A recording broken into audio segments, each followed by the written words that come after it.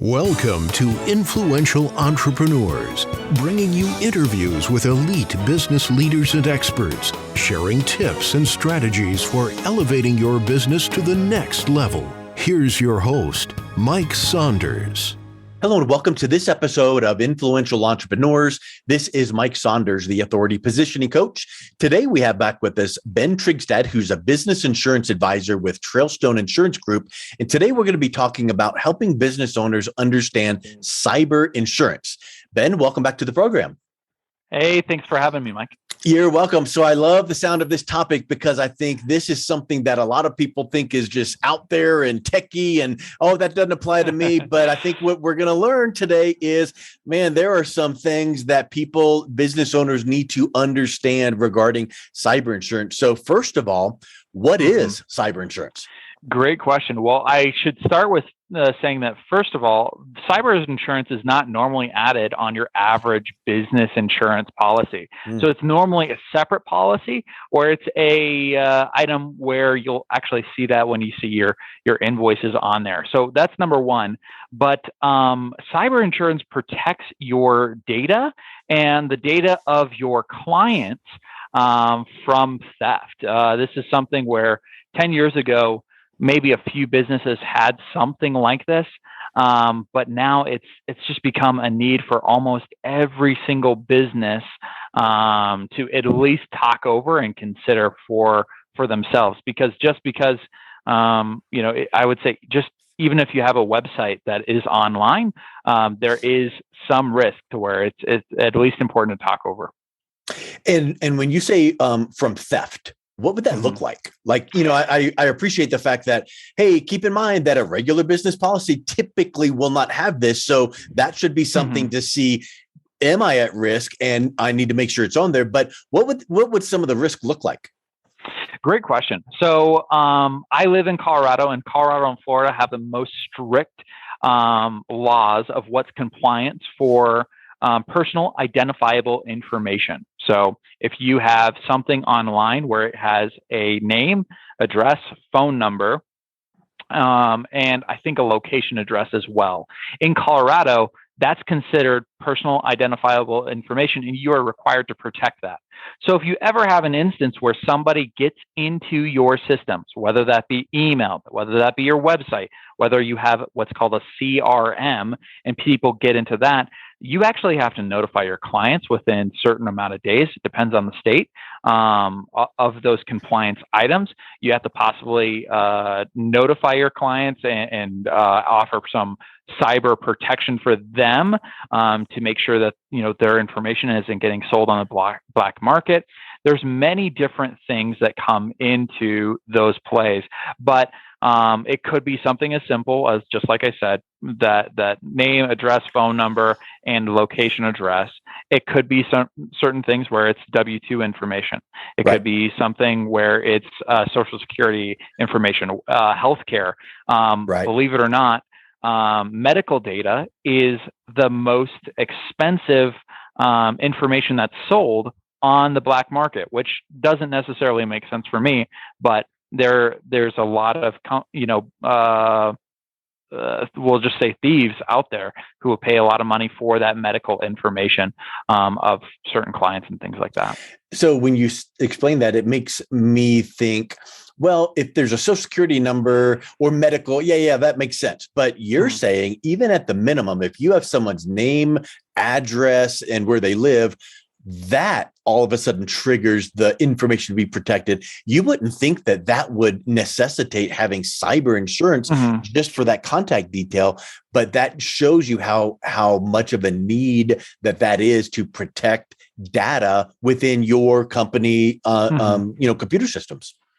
Absolutely. And that's not even the main issue that comes through with a cyber claim. I'm sure you've watched the news this last year of this pipeline that had this cyber attack where they basically weren't able to keep the oil flowing, right? That wasn't theft of data. That was basically their whole systems becoming encrypted. where it's called blocking technology, where they basically encrypt all of your data to where, imagine if you work in an industry where you use something on a tablet, computer, even your phone, and you use certain applications and those get shut down. How is that going to affect your business? Right. How is that going to affect where you can't even call your clients and say, hey, sorry, we're having an issue here. Right. So that's something where, again, oil fields, things like that, that's a scary situation where, that really impacted the nation's economy as well. Wow. So those are important as well. I'll actually share you a quick story. This is actually I'll say it's a close friend. It's his company he worked at, or it wasn't his company, but he worked at this company. And it was in a mining town. He walked into work, opened up his computer. On every single computer in this mining operation, they had what was their requirements from these data thieves. And they had that posted on every single screen, which basically said, we want 5 Bitcoin to this IP address and we'll decrypt your data. It's actually kind of funny because 5 Bitcoin back then was $25,000. Now it's a lot more Wow. money, but they just wanted 5 Bitcoin sent over, $25,000, and they'd let that go. That company paid them within 4 hours, Wow. just because they wanted that done. That's also included in a lot of cyber insurance policies, is that ransomware items. So wow. And we don't need to go in depth on that particular company, but I'll bet you that that company in the mining town would never have dreamt that they would be a victim of ransomware. I'm not a multi-trillion-dollar corporation, but all of a sudden now, when you start hearing these things of examples of smaller companies getting hit with, they didn't steal data necessarily, they just locked it up and said, to get the key, send us this. And I think a lot of people don't think that way. And if they realize that, then what's the chance it could happen to them? And if that's the chance, you might need cyber insurance, because I'll bet you that the cost of cyber insurance pales in comparison to Bitcoin or whatever the ransom is. Oh, absolutely. Yeah, for a very small cost, it really is. And the biggest risk of those is actually somebody giving up data themselves. It's not necessarily computers and passwords that are weak, but I would say, don't use your dog's name for a password or anything like that. But a lot of that is somebody on the phone just asking for information. And, that's why you have to verify all of those things pretty well. That's a really good point, and probably part of what cyber insurance kind of maybe consultants would advise you on is, let's talk about passwords and don't use your dog. Like you said, don't use your dog's names. And I remember not many years ago hearing that a national survey was done, and one of the top passwords that people still choose was password was PW 123.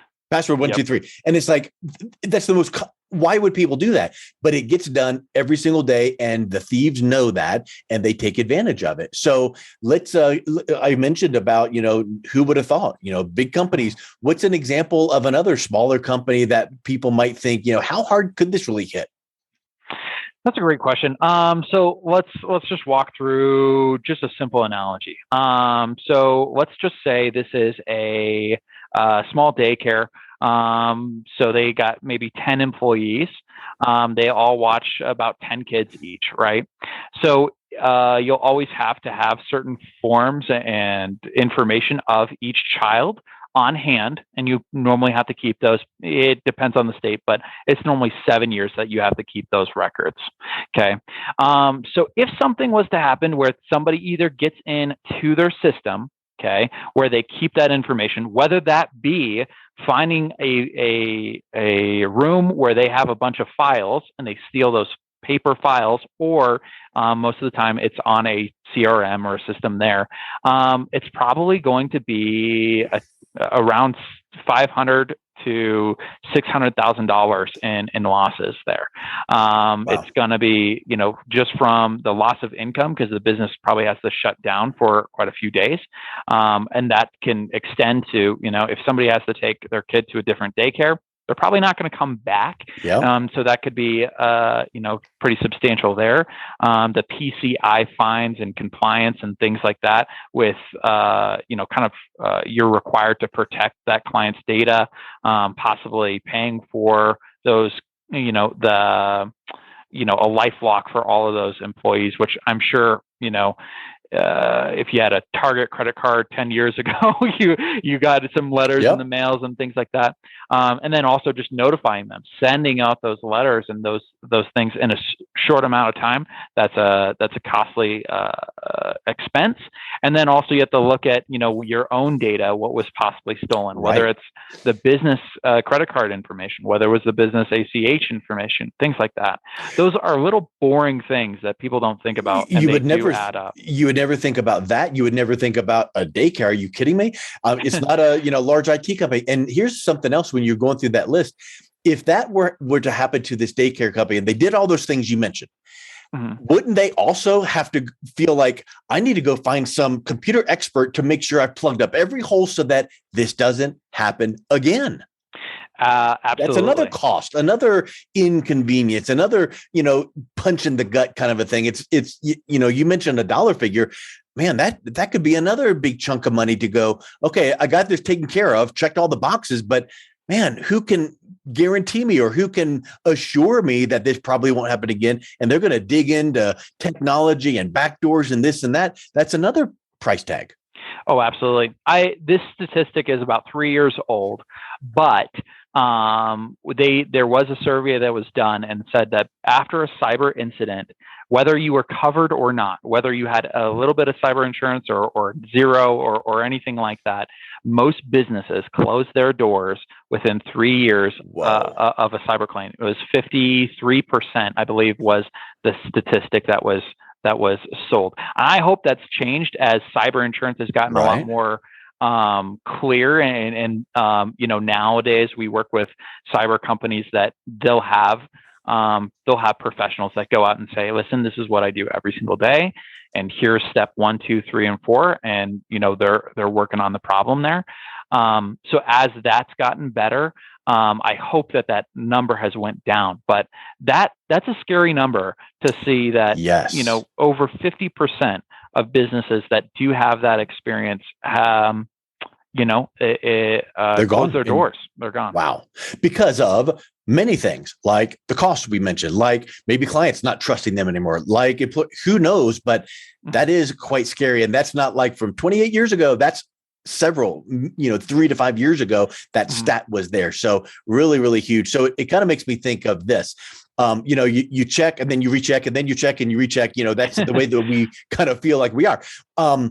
If let's say that someone is listening to this going, okay, I need to make sure I've got this, so set me up with cyber insurance. Good. Well, that still is not going to be the only thing that they do. Right. And they're just good. So what are some things that a business owner, once they set up their cyber insurance policy, so they know they're covered, so they can take the load off, but what are some things they can do to make sure that it doesn't happen in the first place? Because I've got insurance, but I still got to go through a lot of hassle. So I don't want it to happen anyway.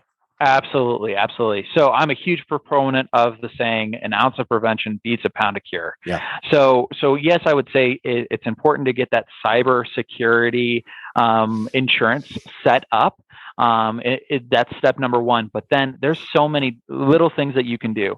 I'm not going to name the names of the systems that you can utilize, but a password protection company that has a data housing to where you're not using paper notes with passwords, where you're not using an Excel spreadsheet with password, or a Word document with password, or a sticky note underneath your keyboard. Yeah, people think that that's a very, very safe place. Yeah, come on now. It's not. It's not. And then understanding that password strength is extremely important. So something that we use all the time is a password generator, to where it's being stored in a very safe space, and then also it's generating a very secure password on that side of things. If you have a business with employees, you're ultimately trusting those employees. So what we've done is we've walked through some certain things that they can do for training people to understand, to verify whoever's calling, that they are the correct piece. Yeah. Had a cyber claim. It was actually a fraudulent transfer insurance claim over this last year, where basically what happened was somebody called and said, "Hey, so-and-so is here. Can you just change up my ACH information?" They were a vendor. Right. Person said, "Sure, no problem." Changed it, didn't verify that that's the correct person. Right. So he just called in, switched over it, and there was, the tens of thousands of dollars that was sent to him before the actual vendor followed up and was like, "Hey, you guys are a little behind on my payments." And so those things can be done. I would say if you have 10 employees or more, talking with a cyber coach on possibly setting up a simple phishing campaign to where they're sending out an email to all of your employees and saying, "Hey, trying to test out the waters." And then anybody who fails has to go through some classes on that. I think that those things. There's nothing wrong with that. It's like role play, like sales role play. Let's say this, and the prospect says that. Well, the same thing with that cyber coach example. And I'll tell you this: when you were describing about the ACH thing, you get the busyness of the day, and you're like, yeah, okay, here's this. Well, that company had, because they called you, they had the cyber insurance. Okay, there's things covered, but guess what happens? There could be the domino effect of down the road that some clients that were impacted, and this claim was taken care of, but do you lose clients because of that? Does that impact your business? And now revenues are down. And again, getting back to that 50 something percent of, so having the insurance is a given. But then knowing how to make sure that it never triggers, not because you don't want to make the claim, that's a given too, but you want to make sure that your clients and your companies protect your employees. And sometimes it's just like, I never would have thought of that. And obviously the ACH thing, okay, let's verify. And let me ask you this. And when I get asked that question, if I'm calling in my credit card or whatever, I will thank them. I'm like, "Thank you for asking that. Good. I'm happy to provide that, because I know that if it wasn't me calling in, then I would want that question to be asked." Absolutely. That's extremely true and so important. And people think that, just because they're insured, they don't have to worry about it. But it's an awkward phone call when you have to call every one of your clients and say, "Hey, I'm sorry, but we did not protect your information properly, and you might be at risk." So that's a tough conversation to have. Well, I think this is relevant, really critical, and it's something that a lot of people don't think about, because it's like, oh, that's just for the big guys. We've touched on, it could be for smaller companies. It could be these little lapses in judgment. So you need to have yourself covered. And then at the same time, you need to make sure you have some things put into place to make sure that your company is adhering to, so that you don't have that embarrassment. You got the money thing taken care of because you got the supplement insurance, but you need to make sure that your company's reputation and all of that is taken care of. So I would just say this, Ben, if someone is listening to this going, "You know what? Can you help me understand if this would be helpful to me?" What's the best thing that they can do to learn more and reach out and connect with you? Oh, great. I would just say our website is the best place to go over and reach out directly to me. So you can go to trailstoneinsurancegroup.com. There's a little Meet Our Team button. You can click on Ben Trygstad, and then on that button you'll see my contact information, and then also there's a special way of just scheduling and seeing when there's a 30-minute slot available. Clients can always or people who have questions can always just set up those 15-minute calls pretty easily. Excellent. Well, Ben, thank you so much for coming on, talking about this relevant topic. I appreciate your time. Thanks. You've been listening to Influential Entrepreneurs with Mike Saunders. To learn more about the resources mentioned on today's show or listen to past episodes, visit www.influentialentrepreneurssradio.com.